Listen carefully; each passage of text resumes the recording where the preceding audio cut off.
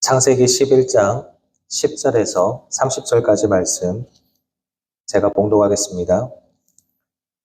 셈의 족보는 이러하니라. 셈은 100세 곧 홍수 후 2년에 아르박삿을 낳았고 아르박삿을 낳은 후에 500년을 지내며 자녀를 낳았으며 아르박삿은 35세에 셀라를 낳았고 셀라를 낳은 후에 403년을 지내며 자녀를 낳았으며 셀라는 30세에 에벨을 낳았고 에벨을 낳은 후에 403년을 지내며 자녀를 낳았으며 에벨은 34세에 벨렉을 낳았고 벨렉을 낳은 후에 430년을 지내며 자녀를 낳았으며 벨렉은 30세에 르우를 낳았고 르우를 낳은 후에 209년을 지내며 자녀를 낳았으며 르우는 32세에 스룩을 낳았고 스룩을 낳은 후에 207년을 지내며 자녀를 낳았으며 스룩은 30세에 나홀을 낳았고 나홀을 낳은 후에 200년을 지내며 자녀를 낳았으며 나홀은 29세에 데라를 낳았고 데라를 낳은 후에 119년을 지내며 자녀를 낳았으며 데라는 70세에 아브람과 나홀과 하란을 낳았더라.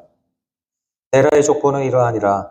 데라는 아브람과 나홀과 하란을 낳고 하란은 롯을 낳았으며 하란은 그 아비 데라보다 먼저 고향 갈대아인의 우르에서 죽었더라. 아브람과 나홀이 장가들었으니 아브람의 아내의 이름은 사레며 나홀의 아내의 이름은 밀가니 하란의 딸이요 하란은 밀가의 아버지이며 또 이스가의 아버지더라. 사레는 임신하지 못하므로 자식이 없었더라.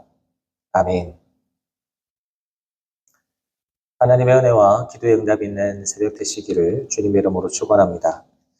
이 시간 본문의 말씀을 가지고 사람의 끝이 하나님의 시작입니다. 사람의 끝이 하나님의 시작입니다. 라는 제목으로 함께 하나님의 말씀 상고해 보고자 합니다. 우리는 어제 바벨탑 사건을 통해서 사람의 열심과 하나님의 열심에 대해서 살펴봤습니다.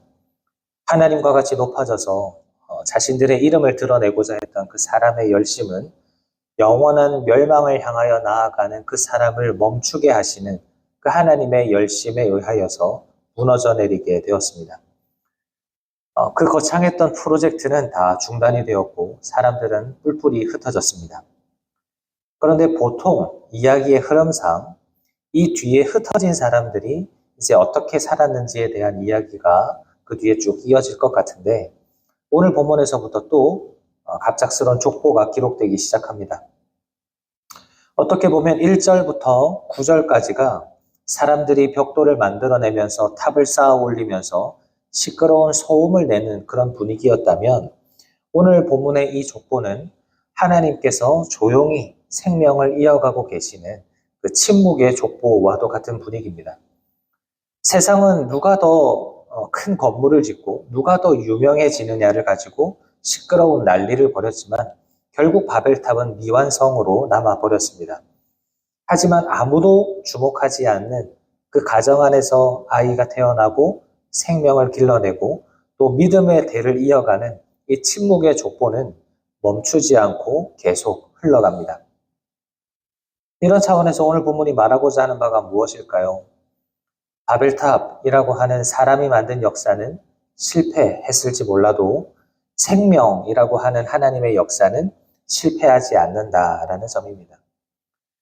오늘도 본문을 통해서 우리에게 주시는 이러한 말씀들을 함께 살펴보게 될 것인데 실패하지 않는 하나님의 역사를 깨닫는 은혜가 우리에게 있기를 간절히 소망합니다. 먼저 첫째로 오늘 본문이 우리에게 말씀해 주시는 것은 죽음이 지배하는 세상 속에서도 하나님의 생명은 멈추지 않는다라는 것입니다. 죽음이 지배하는 세상 속에서도 하나님의 생명은 멈추지 않는다라는 것입니다. 오늘 우리가 읽은 이 셈의 족보를 다시 한번 보시면 계속 반복되는 단어가 있습니다. 셈은 아르박삿을 낳았고 500년을 지내며 자녀를 낳았고 아르박삿은 셀라를 낳았고 또 낳았고 또 낳았고 계속 낳고 있습니다. 본문 27절까지 낳고 또 낳는 역사가 쉼 없이 이어지고 있습니다. 그런데 혹시 이 족보를 읽으시면서 뭔가 허전하다는 느낌이 드시지는 않으셨습니까? 창세기 5장을 보면 아담의 계보가 기록이 되어 있는데 거기서도 똑같이 누구를 낳고 몇 년을 지내며 자녀를 낳았더라 이런 말들이 반복이 됩니다. 그런데 창세기 5장의 족보와 오늘 본문의 족보에 결정적인 차이가 있습니다. 창세기 5장의 족보에서는 절대로 빠지지 않고 꼬박꼬박 등장했던 단어이지만 오늘 본문에서는 27절까지 단 한 번도 등장하지 않는 단어가 있습니다. 그것은 죽었더라 라는 단어입니다. 창세기 5장에서 아담이든 셋이든 그리고 가장 오랜 기간을 살았던 무두셀라든 모든 사람의 끝은 다 죽음이었습니다. 이것은 사람에게 있는 죄의 비참함을 잘 보여주는 모습입니다. 너는 흙이니 흙으로 돌아갈지니라 라고 말씀하신 그 하나님의 말씀처럼 죄의 삭슨, 죄의 결과는 사망이라는 것을 창세기 5장은 잘 보여준다라고 할 수 있습니다. 그런데 오늘 본문을 보시면 10절과 11절을 보면 셈은 100세 곧 홍수 후 2년에 아르박삿을 낳았고 아르박삿을 낳은 후에 500년을 지내며 자녀를 낳았다.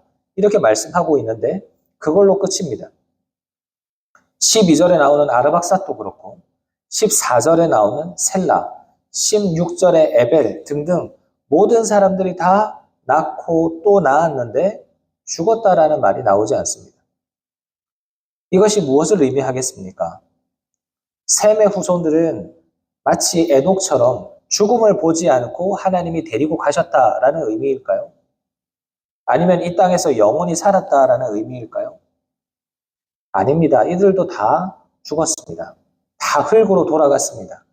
그러나 성경은 뚜렷한 목적을 가지고 이들의 죽음을 기록하고 있지 않습니다. 왜냐하면 이 족보는 죽음의 족보가 아니라 생명의 족보이기 때문입니다. 하나님은 지금 우리에게 말씀하십니다. 세상은 바벨탑을 쌓다가 무너져서 죽겠다라고 아우성을 치지만 내가 붙들고 있는 이 언약의 백성들은 죽지 않는다. 내 약속은, 내 언약은 죽음이 삼키지 못한다. 나는 이 거룩한 씨앗을 통하여 생명을 낳고 또 낳아서 기어이 너희를 구원할 구원자의 길을 낼 것이다. 이렇게 말씀하시는 거예요. 여러분, 이것이 은혜입니다. 세상의 역사는 결국 다 망했다, 죽었다, 사라졌다 이렇게 끝이 납니다. 니브롯이 세웠던 그 화려했던 나라도 사라지고 또 그렇게 거창하게 높이 쌓으려고 했던 바벨탑들도 다 사라져 버렸습니다. 그러나 어찌 보면 참 미약하고 초라해 보이는 이 셈의 족보, 그 누구도 알아주지 않는 이 믿음의 가문은 사라지지 않았습니다. 죽음의 그림자가 이들을 덮지 못했다라는 겁니다. 하나님께서 그들의 생명을 이어가게 하신다라는 것을 강조하면서 오늘날 하나님께서 예수 그리스도를 통하여 우리에게도 이 생명이 흘러가게 하신다라는 것을 보여주고 있는 것입니다. 게다가 이 족보에는 아주 중요한 하나님의 일하시는 방식이 드러나고 있는데요. 바로 남은 자를 통하여 하나님의 역사를 이루어 가신다는 것입니다. 여러분, 창세기 6장에서 온 세상이 죄악으로 가득했을 때 하나님은 홍수로 세상을 심판하셨지만 그래도 노아 한 사람을 남겨두셨습니다. 그 한 사람을 통하여 인류의 역사를 다시 시작하셨죠. 오늘 본문도 마찬가지입니다. 온 세상이 바벨탑을 쌓으면서 하나님을 대적하고 타락했을 때 하나님은 세상을 다 쓸어버리시는 대신에 또다시 한 사람을 준비하십니다. 창세기 10장에서는 노아의 세 아들에서 이제 70명의 후손으로 넓게 퍼져나갔던 이 역사의 초점이 이제 11장에 와서는 급격하게 좁아져서 셈과 함과 야벳 중에서 셈을 주목하고 있고 또 셈의 그 수많은 자녀들 중에서 에벨과 벨렉을 지나서 마침내 데라라는 인물로 초점이 모아지게 되고 그 데라에서 결국은 아브라함으로 이어지게 됩니다. 이것이 무엇을 의미하냐면 하나님은 다수의 군중을 통해서 일하시는 것이 아니라 남겨진 소수의 하나님의 사람들을 통하여 일하신다라는 것입니다. 세상은 시끌벅적한 바벨탑의 현장에 주목을 합니다. 뉴스를 보면 니므롯과 같은 힘센 영웅들에 대한 이야기가 넘쳐납니다. 그러나 하나님은 셈의 후손들을 주목하여 보고 계십니다. 홍수의 심판 속에서 노아의 방주를 남겨두신 것처럼 바벨의 타락 속에서도 하나님의 언약을 이어갈 믿음의 남은 자를 보존하고 계신 것입니다. 이 족보 속에 나오는 사람들은 너무나 평범한 사람들일 뿐이지만 하나님은 이들을 통해서 결국 여자의 후손을 준비하고 계셨던 겁니다. 사랑하는 성도님 여러분, 때로는 우리도 그 세상의 거대함 가운데서 나 자신이 초라하게 느껴질 때가 있습니다. 나 한 사람 믿음 잘 지킨다고 이 세상에 달라지는 게 있는가? 이런 생각이 들 수 있지만 하나님은 이렇게 묵묵히 생명의 역사를 이어가는 남은 자 한 사람 한 사람을 통하여서 일하고 계신다라는 사실을 우리는 잊어서는 안 됩니다. 하나님은 저 시끄러운 세상의 사람들이 아니라 가정을 위하여 조용히 눈물 흘리며 기도하는 우리를 통해서, 자녀에게 묵묵히 말씀을 가르치는 우리를 통해서, 일터 가운데서 정직하게 살아가는 우리를 통해서 거룩한 역사를 이어가십니다. 우리가 그런 축복의 통로라는 것을 잊지 마시기를 바랍니다. 둘째로 오늘 본문이 또 말해주고 있는 사실은 이렇게 하나님이 생명을 이어가고 계심에도 불구하고 사람의 힘으로는 어쩔 수 없는 한계가 존재한다라는 사실입니다. 여러분, 이 족보를 가만히 들여다보면 이전의 족보와는 또 다른 부분이 또 존재하는데요. 그것은 사람의 수명입니다. 홍수 직후의 셈은 10절과 11절을 보면 600세를 살았습니다. 그리고 아르박삿은 계산을 해보면 438세를 살았습니다. 그런데 대를 거듭하면 거듭할수록 그 수명이 점점 줄어들다가 24절과 25절에서 나홀이 148세를 살고 32절에서 데라는 205세의 생을 마감합니다. 창세기 5장에서는 사람들이 900년 이상도 살고 그렇게 했는데 오늘 본문에서는 그 수명이 급격히 줄어드는 것을 보게 됩니다.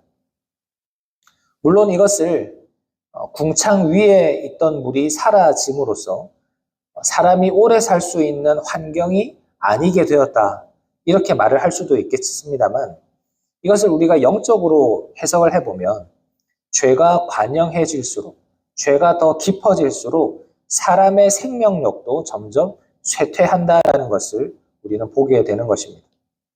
사람은 결코 자신의 힘으로 영원한 생명을 이루어낼 수 없는 거죠. 그런데 더 심각한 문제가 뭐냐면 이 족보가 결국 어느 장소에서 마무리되느냐 하는 것입니다. 하나님께서 남겨두신 그 거룩한 셈의 자손들이 흘러 도착한 곳이 어디입니까? 28절을 보면 갈대아 우르라는 지역입니다. 이곳은 당대 최고의 문명을 자랑하는 도시이기도 했지만 우상 숭배의 본거지이기도 합니다.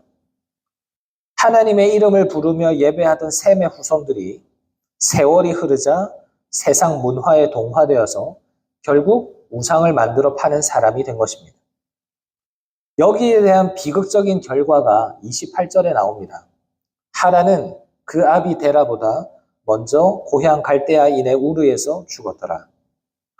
여러분, 창세기 전체를 통틀어서 자식이 부모보다 먼저 죽는 기록은 가인이 죽인 아벨 이후로 여기가 처음입니다. 부모가 자식을 장사 지내는 슬픔, 이것은 창조의 질서가 아닙니다. 죄로 인해서 깨어진 이 세상의 아픔을 적나라하게 보여주는 모습입니다. 데라의 가문은 겉보기에는 갈대아 우르의 번영을 누리는 것 같았지만 그 내면은 우상으로 물들어 있었고 자식이 먼저 죽게 되는 슬픔으로 가득했습니다.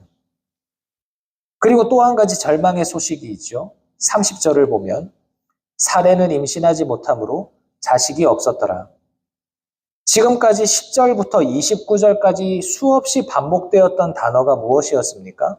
낳고 또 낳는 것이었습니다. 이렇게 생명을 낳으면서 쉼없이 달려온 이 족보가 갑자기 30절에서 탁 끊겨버립니다. 이것은 단순히 아브라함의 가정에 자녀가 없었다라는 사실을 넘어서서 사람으로서 우리 모두가 경험하는 인생의 한계를 의미합니다. 열심히 노력했지만 내 힘으로는 어쩔 수 없는 건강의 한계가 있고, 아무리 애써도 풀리지 않는 사업의 한계가 있고, 간절히 원하지만 내 뜻대로 잘 풀리지 않는 관계의 단절과도 같은 한계들, 이런 것들을 다 의미한다라고 보시면 되겠습니다. 사랑하는 성도님 여러분, 이것이 아브라함이 하나님을 만나기 직전의 모습입니다. 우상 숭배라는 죄, 하란의 죽음이라는 슬픔, 그리고 사레의 불임이라고 하는 절망, 이것이 하나님 없는 인생의 적나라한 모습입니다. 때로 우리에게도 이런 비참함이 찾아올 때가 있지 않습니까? 열심히 살았는데 몸은 병들고, 내 가정은 갈대아 우르처럼 황폐해지고, 내 인생은 사레의 태처럼 꽉 막혀서 미래가 보이지 않는 것 같고, 이런 슬픔과 아픔이 우리에게 찾아올 때가 있습니다. 그러나 우리는 그 자리에서 이 사실을 기억해야 합니다. 왜 하나님은 이 11장을 셈의 후손의 좋지 못한 모습으로 마무리를 하고 계신가 하는 겁니다. 그것은 우리를 좌절시키기 위해서가 아닙니다. 생명을 이어가고 하나님의 역사를 이루어 가시는 이 일은 사람의 힘이 아니라 하나님의 능력으로만 감당할 수 있다는 것을 보여주시기 위함입니다. 사라의 태가 닫혀 있었기 때문에 이제 이후에 주어지게 되는 이삭이라고 하는 생명은 사람의 노력이 아닌 전적인 하나님의 은혜라는 것을 우리는 깨닫게 되는 것입니다. 하나님은 우리의 모든 가능성을 비우시고 하나님의 새로운 역사를 시작하실 여백을 만드시는 겁니다. 그러니까 사랑하는 여러분, 우리의 한계나 우리의 무능함, 우리의 연약함을 슬퍼하지 말고 오히려 그 약함 가운데서 강함으로 역사하실 하나님을 기대하시기를 바랍니다. 내 길이 막힐 때 비로소 하나님의 길이 열린다라는 것을 기억하면서 하나님의 일하심을 겸손히 사모하는 우리가 되기를 간절히 바랍니다. 말씀을 마무리하겠습니다. 오늘 우리는 창세기 11장 후반부를 통해서 두 가지 메시지를 살펴보았습니다. 하나님은 지금도 생명을 이어가는 일을 하고 계십니다. 하나님은 하나님을 향한 반역과 불순종의 역사가 이어지는 이 세상 가운데서 조용히 셈의 후손들을 통하여 생명의 역사를 이어오고 계셨고, 그 역사는 지금 오늘날 우리에게까지 이어지고 있습니다. 그러나 동시에 본문은 우리에게 사람의 한계를 분명히 보여줍니다. 이렇게 생명을 하나님이 이어가고 계심에도 불구하고 갈수록 생명력은 짧아지고 우상으로 가득한 갈대아 우르에 머물기를 좋아하고 자식을 잃은 슬픔을 경험하면서 아이를 낳지 못하는 사례의 절망이 찾아옵니다. 이것은 죄인된 우리 인간들이 스스로의 힘으로는 도저히 구원의 미래를 열 수 없다라는 것을 보여주는 사실입니다. 이런 차원에서 우리는 오늘 본문을 통해서 우리의 한계를 절실하게 깨닫게 되기를 간절히 바랍니다. 하나님은 생명을 이어가고자 하시지만 그 생명을 이어가는 우리는 여전히 부족합니다. 그런데 이 사실을 우리가 깊이 깨닫게 될 때 우리는 절망이 아니라 소망을 품게 됩니다. 가장 캄캄한 밤이 지날 때 비로소 가장 찬란한 새벽이 오는 것처럼 우리가 우리의 한계에 직면하고 절망의 어둠 가운데 마주하게 될 때 비로소 하나님이 열어가실 새로운 길을 보게 되기 때문입니다.